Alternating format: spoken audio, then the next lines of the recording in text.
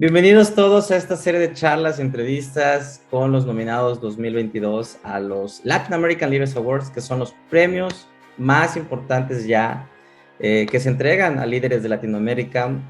que estén trabajando en desarrollo sostenible e innovación social. Y hoy tenemos el honor y el gusto de charlar con Gonzalo Muñoz Bogavir,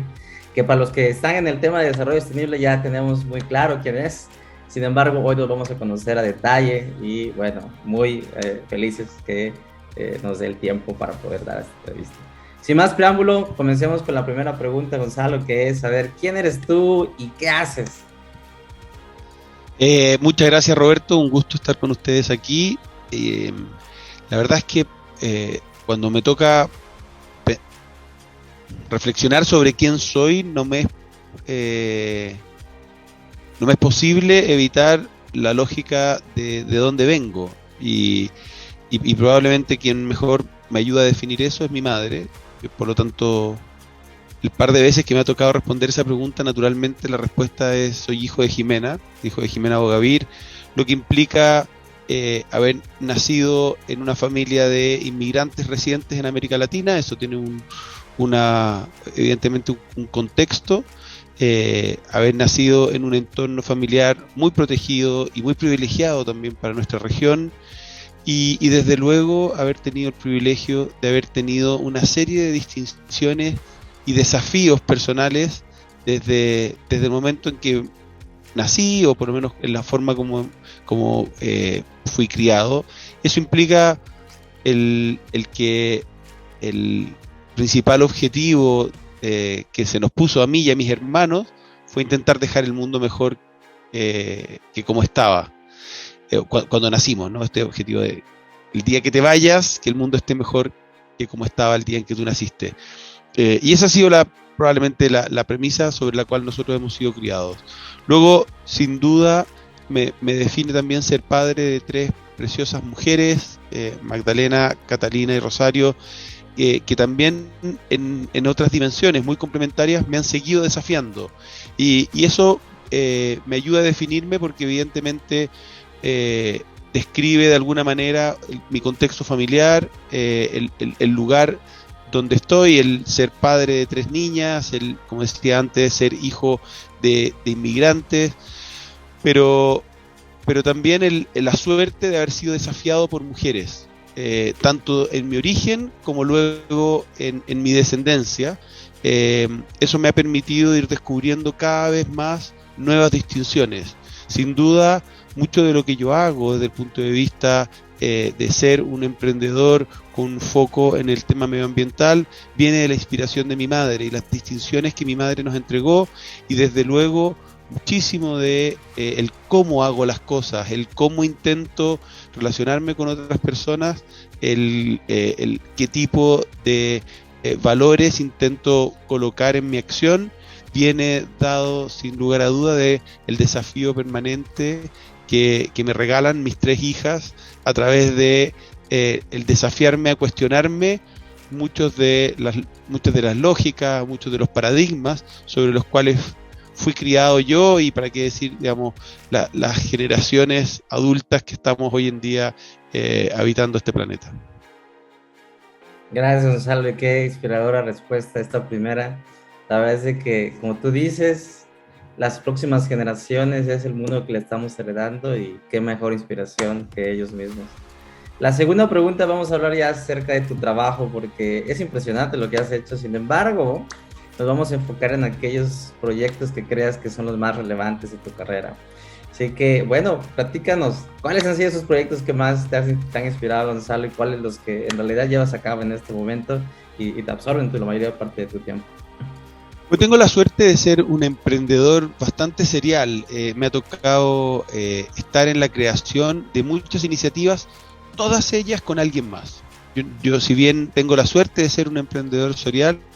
digo yo, soy un cofundador serial, porque una de las virtudes es haber buscado o haber tenido la suerte de conocer a aquella persona con quien o varias personas con quien se pueden lograr maximizar los impactos de aquello que se esté creando. Desde ese punto de vista, sin duda, la creación de Triciclos, Manuya, esta organización que hoy trabaja desde ser una empresa B hasta enseñar lo que implica ser una empresa B y aplicar la economía circular, ya hoy operando en 14 países, fundamentalmente América Latina. Ha sido probablemente uno de los mejores ejemplos. Me tocó cofundarla en su momento con dos grandes amigos, con Joaquín y con Manuel, pero hoy en día es una organización que es propiedad en todos los sentidos de un grupo mucho más extenso de personas que operan en todas estas regiones, pero además en múltiples ámbitos, fundamentalmente de la economía circular y la búsqueda del triple resultado. Yo sigo siendo cofundador y presidente del consejo directivo, y desde ahí me toca estar en el día a día de la ejecución de una organización, de una empresa B, buscando generar ese triple resultado. En los últimos 3 años, Triciclos me prestó al sistema de las Naciones Unidas en este rol de High Level Climate Action Champion para la COP25 y 26, que inicialmente eran 2 años, bueno, por la pandemia se extendió a 3, y en el cual tuve el enorme privilegio de trabajar con mi querido amigo Nigel Topping y un grupo extenso de más de 100 personas, tanto del sistema de las Naciones Unidas como personas que pudimos ir contratando, y muchas personas seconded desde otras organizaciones, y con ese grupo creamos esta nueva agenda de acción climática en el sistema de las Naciones Unidas, en torno al Secretariado de Clima de las Naciones Unidas, y hoy en día, si bien por mandato mi rol fue, por supuesto, terminó en Glasgow, luego los actuales champions me pidieron que me quedara como chairman del advisory board de los champions para los años 2022 y 2023, y por lo tanto estoy combinando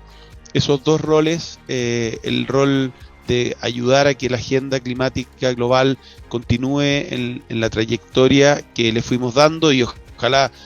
mejore, ¿no? Y se acelere, y al mismo tiempo ayudando a Triciclos a seguir fortaleciendo las dinámicas de economía circular, y a través de Manuya la implementación de lógicas ESG, fundamentalmente en el sector privado y gobiernos subnacionales, como decía antes, en 14 países de América Latina,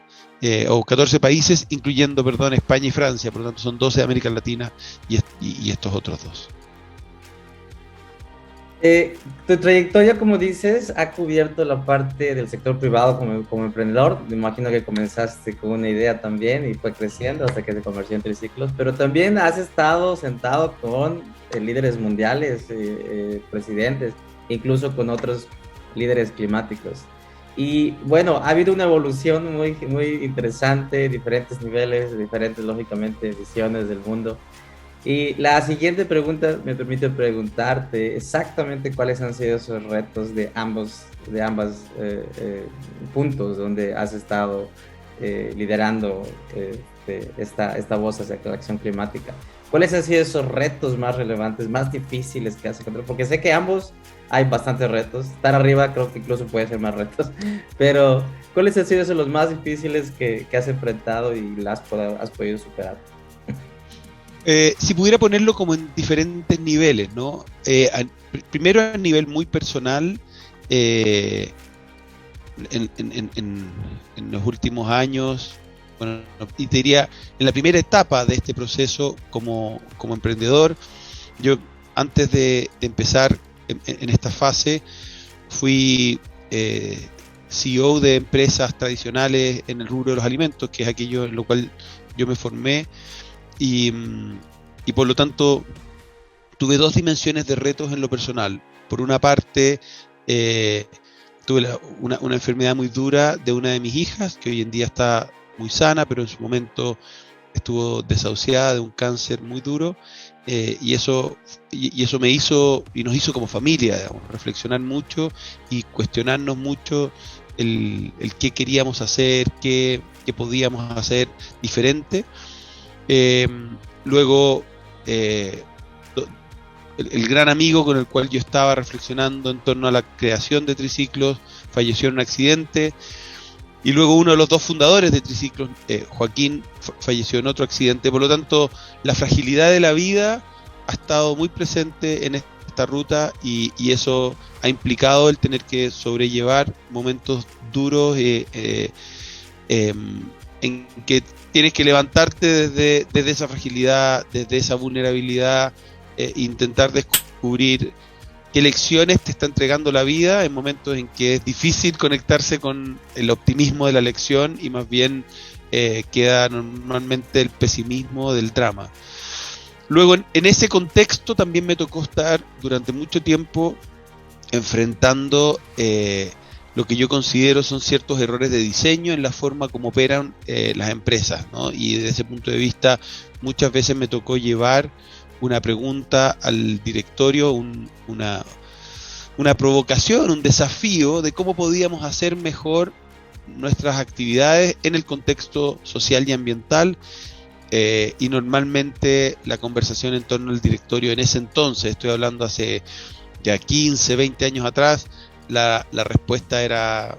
¿qué sentido tiene hacernos una pregunta de ese tipo si no tenemos una multa? Incluso muchas veces era muy razonable desde la perspectiva del directorio pagar la multa, y hacer, digamos, vista ciega de lo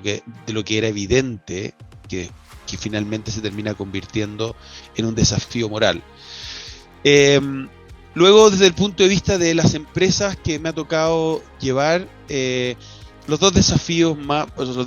habituales, ¿no? Y no solo las empresas, organizaciones como Sistema B, me toca trabajar mucho también en el mundo de las ONGs. El desafío más grande, o los desafíos más grandes, primero tienen que ver con las personas, tienen que ver con encontrar esas personas con las cuales tienes una conexión desde el punto de vista de la visión, pero también de los valores, de qué es lo que quieres hacer, cómo lo quieres hacer, cuáles son los objetivos, y a qué estamos dispuestos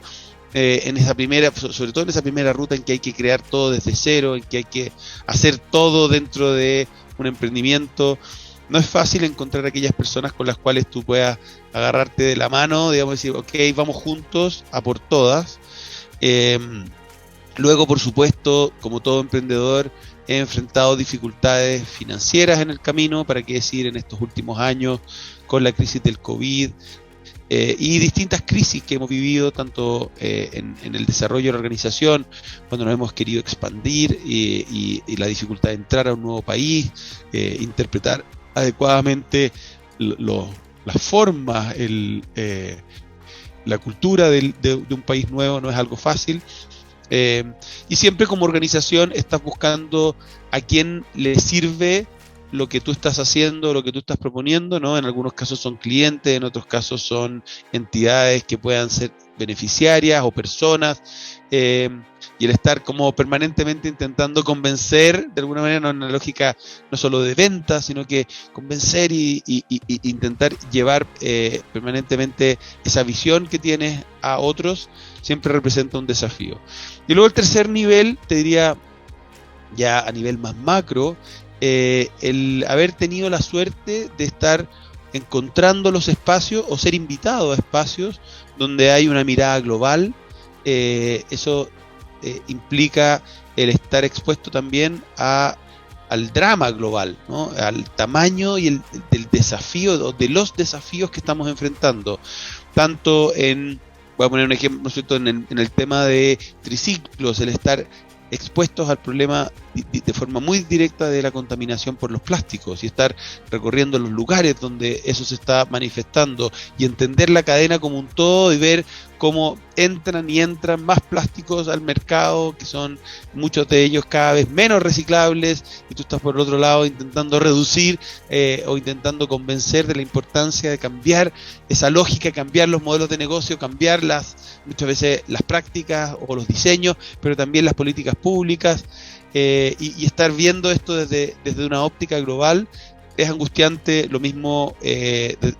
lo que ocurre, digamos, con el contexto del clima. Me emociona y me gusta ver, ¿cierto?, las barras climáticas a tu espalda, pero eso representa el tamaño del desafío, digamos, y lo rápido que el mundo ha alterado o ha visto alterado su ciclo climático por la actividad humana, y cuán lentos hemos sido en reaccionar y en tomar decisiones que ya están tarde y que son tremendamente urgentes. Estamos hablando de un problema de feedback retardado, por lo tanto, cuando ya las manifestaciones son evidentes como lo son hoy, es una expresión más de que estamos llegando tarde y que la ventana de oportunidad es cada vez más pequeña. Y todo eso, digamos, o intentar aportar desde el mundo de las empresas B, cuando creamos sistema B y decimos, bueno, este es un modelo que debiera estar en todo el mundo, y estar intentando convencer de algo que uno cree que realmente no solo es bueno, sino que es necesario y es urgente, a un sistema que tiene una inercia propia que es muy difícil de romper. Cuando uno está sentado mirando esto desde la óptica global y es una persona de América Latina, resulta ser aún más difícil por la lejanía más allá de la distancia, ¿no? Sino que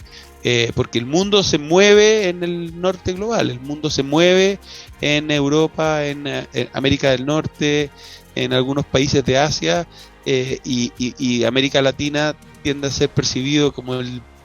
patio trasero, ¿no? Y alguien que esté en el patio trasero queriendo opinar sobre ideas que cree que pueden ser necesarias para el mundo, implica que tienes que hablar o alzar la voz mucho o encontrar los espacios para posicionarte en aquellos lugares donde puedas apoyar. Y en ese sentido he tenido la suerte de encontrar esos lugares, pero al mismo tiempo de que se me ofrezca la palabra para poder aportar, para qué decir en este último rol como Climate Champion de las Naciones Unidas para la COP. Fueron 3 años de tener los espacios y los micrófonos para poder aportar de manera contundente. Hay muchas en las que muchos se van a identificar, porque creo que has compartido los 3 niveles que son relevantes cuando emprendes, cuando estás a la cabeza de ideas y hay que empujar, y ves el drama, pero también ves a veces que, pues sí, como latinoamericanos, ya iba un poquito adelantando la siguiente pregunta. Una de las lecciones más importantes que hemos aprendido nosotros es de que no hay que pedir las sillas de negociación, hay que llevar nosotros la nuestra y nada más desmontarla y sentarnos ahí, porque si no, pues nunca, ¿no? Y ahí viene el buen preámbulo, esperamos un buen preámbulo para la siguiente pregunta, que es saber cuáles son esas lecciones más importantes que has aprendido en el camino, que creas también, porque esta entrevista funciona porque estamos tratando de que llegue a no solo las siguientes generaciones de líderes, pero las actuales, y que sepan que también tienen fuentes y puntos de inspiración a partir de personas que tienen esta experiencia. Así que, ¿cuáles han sido aquellas lecciones de liderazgo y aprendizaje que creas que han sido los más importantes en este camino que llevas recorrido? Voy a ir de atrás para adelante en función de cómo di los desafíos, ¿no? A nivel global, creo que lo que tú mencionas de llevar tu silla y buscar ese espacio y sentarte y pedir la palabra es clave. O sea, tener la determinación, el coraje de yo creo que tengo algo que quiero, que necesito decir, y que creo que les va a ayudar a abrir una idea nueva, y quiero buscar ese espacio para decirlo. En ese sentido, el acto de decirlo, yo creo que hay 3 dimensiones que son importantes. Una es decirlo de manera respetuosa, decirlo con empatía, con el sentido de urgencia, con claridad de saber de lo que estás hablando, ojalá con un ámbito de vivencia personal también, pero entendiendo también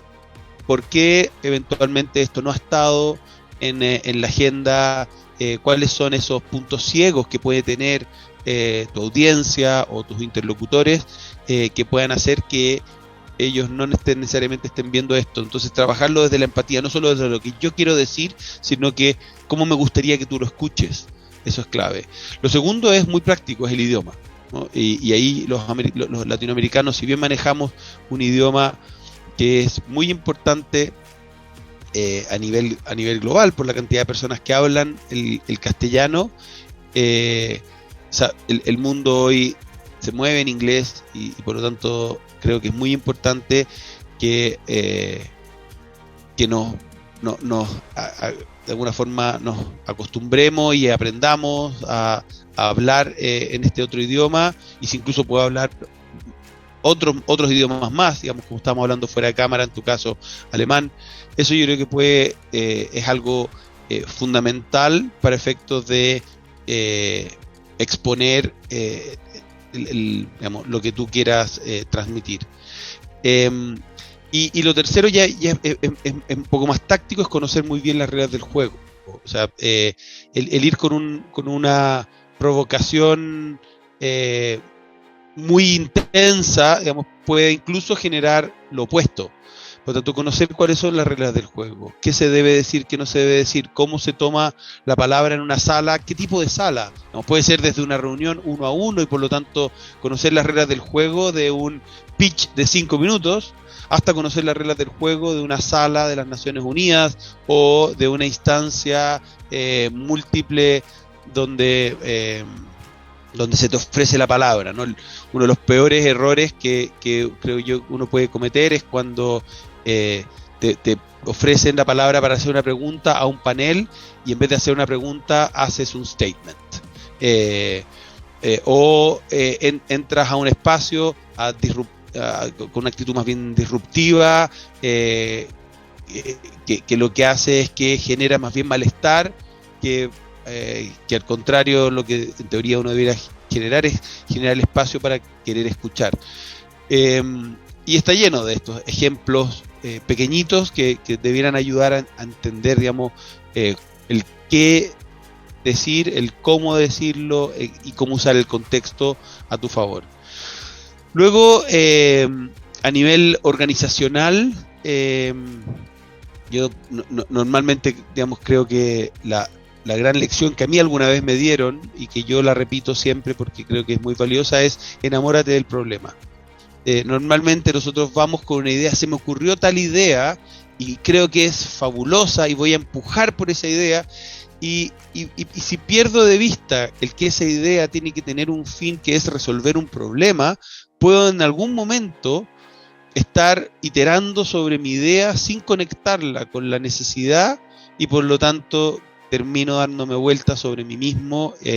alimentando mi ego, buscando el que más bien sea mi figura la que resalte o mi organización la que resalte. Si yo no tengo un foco puesto en resolver el problema y estoy realmente enamorado en términos de querer resolverlo,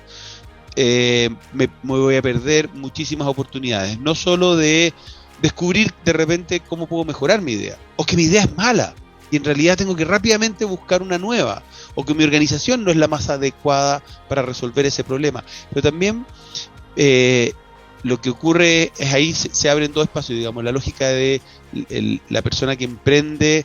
de forma muy solitaria respecto de aquella que busca cómo integrarse en un ecosistema. Si tú estás enamorado, enamorada del problema y de buscar solucionarlo, vas a encontrar inmediatamente otras personas que estén de alguna u otra forma pensando en lo mismo, analizando el problema quizás desde otras ópticas, y van a nutrirse mutuamente y buscar crear un movimiento, un ecosistema que ayuda a que eso avance considerablemente más rápido, obviamente, que si lo hace alguien por su lado. Y desde ese punto de vista, cuando una organización tiene esa capacidad de reflexión, se hace más virtuoso desde el punto de vista también de el desafío interno, cómo las personas dentro de la organización son capaces de cuestionarse, son capaces de evolucionar de manera conjunta. La organización se va a convertir en una organización más virtuosa. Y luego, en el ámbito más personal, yo creo que, digamos, eso ya tiene que ver con el nivel de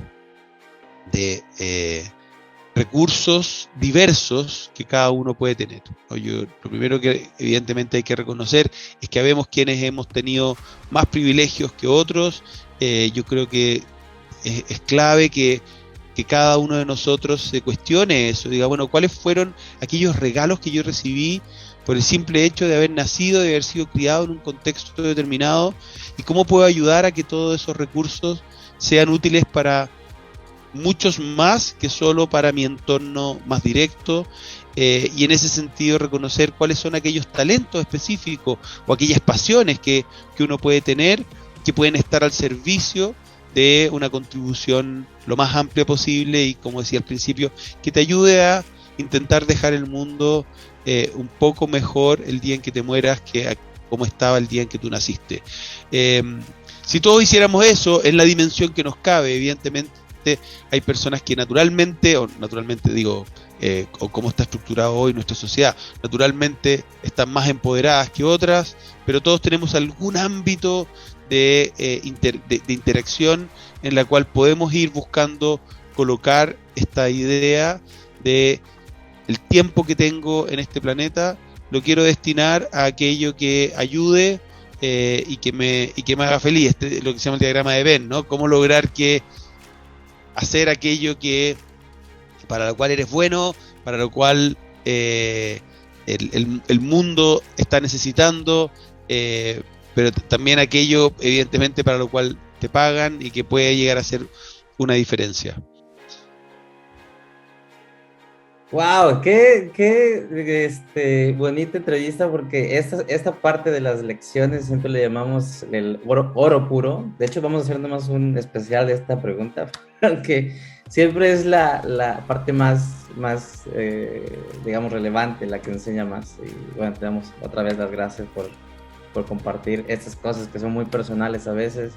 y que sirven al siguiente Gonzalo Muñoz Abogavir, que va a estar luchando por el clima en 50 años. Esto lo va a ver ahorita.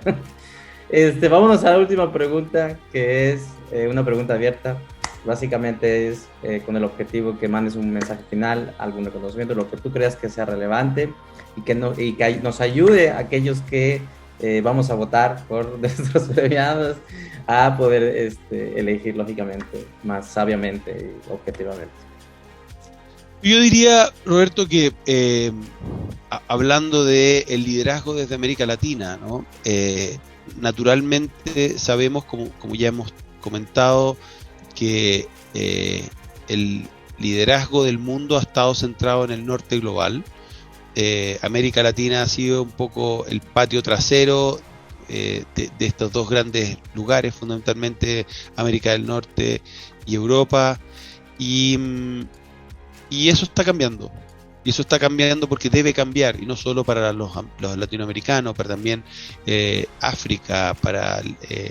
muchas zonas de Asia, los pequeños estados islas. Eso es necesario. El mundo necesita avanzar en diversidad, en justicia, en inclusividad, en equidad. Y en ese sentido es un muy buen momento para buscar quiénes desde América Latina pueden ayudar a levantar la vista del mundo y aportar a que justamente el mundo avance hacia el desarrollo sostenible, hacia el cumplimiento de la Agenda 2030. Creo que es el momento de las mujeres de América Latina, es el momento de personas que vengan de orígenes asociados a los pueblos originarios de nuestra región, incluso aquellas personas que tienen algún nivel de capacidad diferente o personas que vienen de un contexto de exclusión y pobreza. Yo sé que todo eso en el contexto histórico, justamente me estoy refiriendo a aquellas personas que tienen mayor dificultad para poder acceder a los espacios de liderazgo y impacto. Pero bueno, creo que instancias como la que ustedes están generando ayuda a eso mismo, a visibilizar, ojalá, personas que vengan desde esos contextos, porque ese tipo de voz es la que se necesita con mayor fuerza, y ojalá, digamos, esa voz pueda venir, se pueda entregar en un espacio y en una forma que realmente ayude y contribuya a la evolución de la sostenibilidad y no quede de alguna forma en un costado como una anécdota o como algo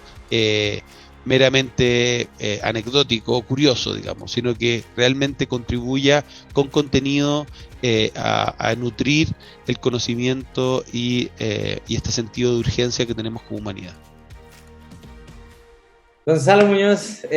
uno de los nominados de este año, así que para quien no lo conocía todavía, bueno, ahora ya tienen más,